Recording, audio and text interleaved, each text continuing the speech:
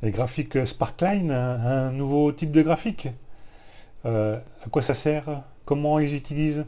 Hein, je vous montre ça dans un petit exemple concret. Hein.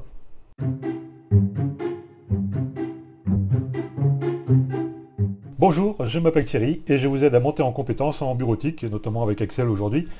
Et puis vous pouvez vous abonner et puis cliquer sur la petite clochette de notification. C'est pour ne pas louper les prochaines vidéos qui vont sortir. On va peut-être commencer par expliquer ce que c'est qu'un Sparkline, ou une Sparkline pour être plus exact. En fait, c'est une visualisation. Je vais lire simplement la définition du Wikipédia. Une Sparkline, c'est une visualisation de données qui représente la forme générale de l'évolution d'une variable sur une ligne, ou une colonne, mais bon, en général c'est plutôt une ligne. Et on nous dit aussi que la Sparkline est en général insérée dans un texte et dans un tableau. Et c'est une visualisation de données qui a été inventée par quelqu'un, figurez-vous, par monsieur Edward Tufte. Je ne sais pas de quelle nationalité il est, j'ai pas cherché. Et voilà, donc en fait c'est quelque chose qui existe depuis vraiment très très longtemps. Et Excel les a maintenant insérés, hein, depuis la version 2010, les a insérés dans son tableur. Et on va tout de suite voir à quoi ça ressemble, hein, un graphique Sparkline. Alors voici un petit exemple de graphique Sparkline, enfin de leur utilisation. Donc là on a par exemple des histogrammes, hein, qui me montrent les différents chiffres d'affaires, hein, qui me permettent de savoir par exemple rapidement qu'est-ce qui est le plus vendu sur ces quatre produits là. On a mis en évidence en vert ce qui est le plus vendu, en rouge ce qui est le moins vendu. Vous voyez, il y a des évolutions évidemment. On a également des types courbes ici, donc qui nous présente l'évolution sur l'année, hein, en fonction de tous les mois que j'avais inséré ici. Voilà grosso modo comment on peut utiliser ici les graphiques Sparkline. Alors c'est plutôt utilisé dans les tableaux de bord, hein, comme on le disait la description.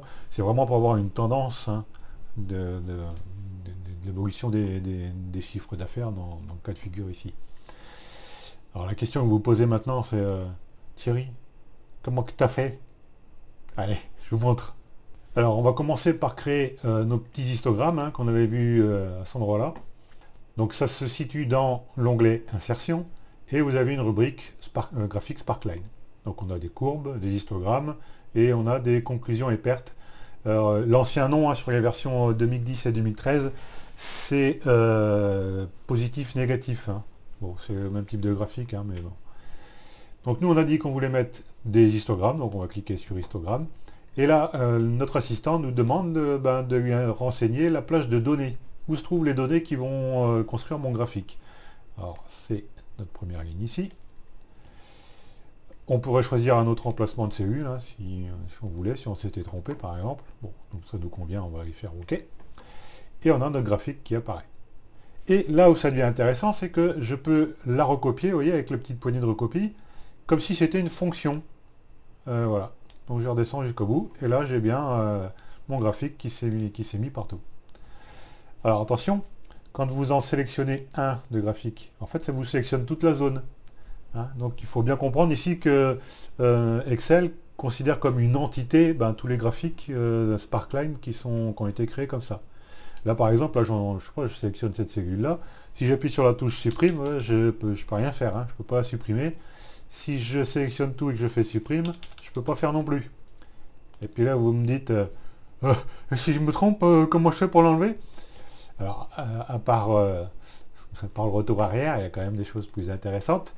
Cliquez dans une des cellules du Sparkline et vous avez, dans l'onglet Sparkline toujours, le petit bouton supprimer.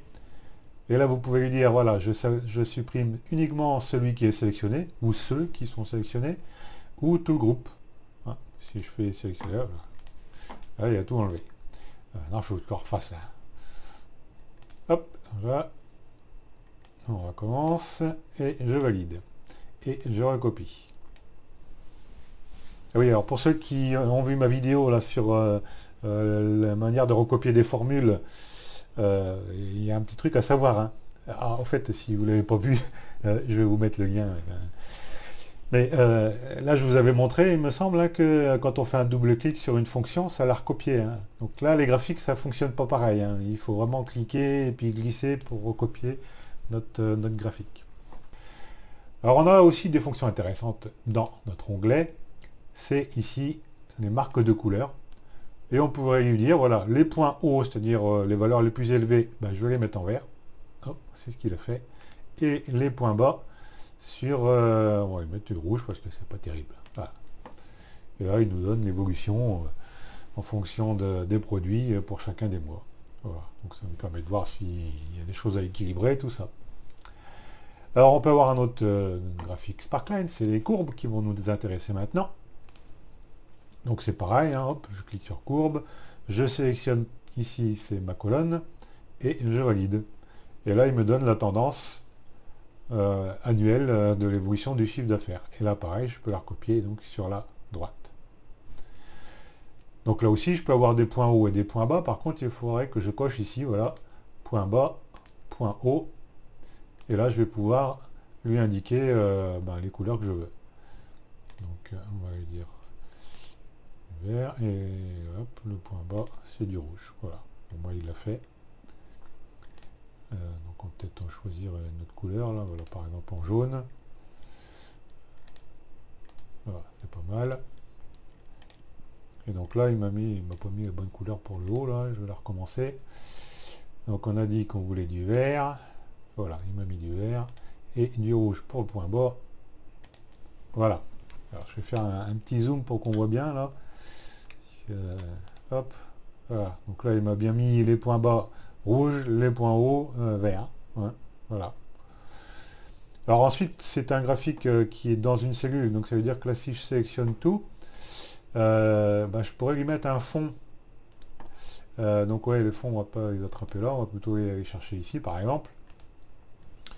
Donc là, on lui mettrait un fond foncé, par exemple. Hein. On va rester dans les tons gris et sombres, là. Toc. Et voilà. Et là, on a l'évolution. Bon, du coup, mon vert, je le vois pas bien, là, mais bon. Voilà. À quoi peuvent servir donc les graphiques Sparkline. Donc, essentiellement pour créer des tableaux de bord. Hein. Voilà. Pas trop d'autres utilisations hein, sur ce plan-là. Bon, voilà, ce petit tour d'horizon se termine hein, sur les graphiques Sparkline. J'espère que vous avez appris quelque chose quand même. Si ça vous intéresse, si vous souhaitez aller plus loin dans la mise en forme, dans la construction, dans ce qu'on peut faire d'autre, je vous mets dans la description un petit lien vers mon site internet qui vous amène directement sur le cours que j'ai écrit, et qui parle des graphiques Sparkline, entre autres, hein, pour la moitié du support de cours.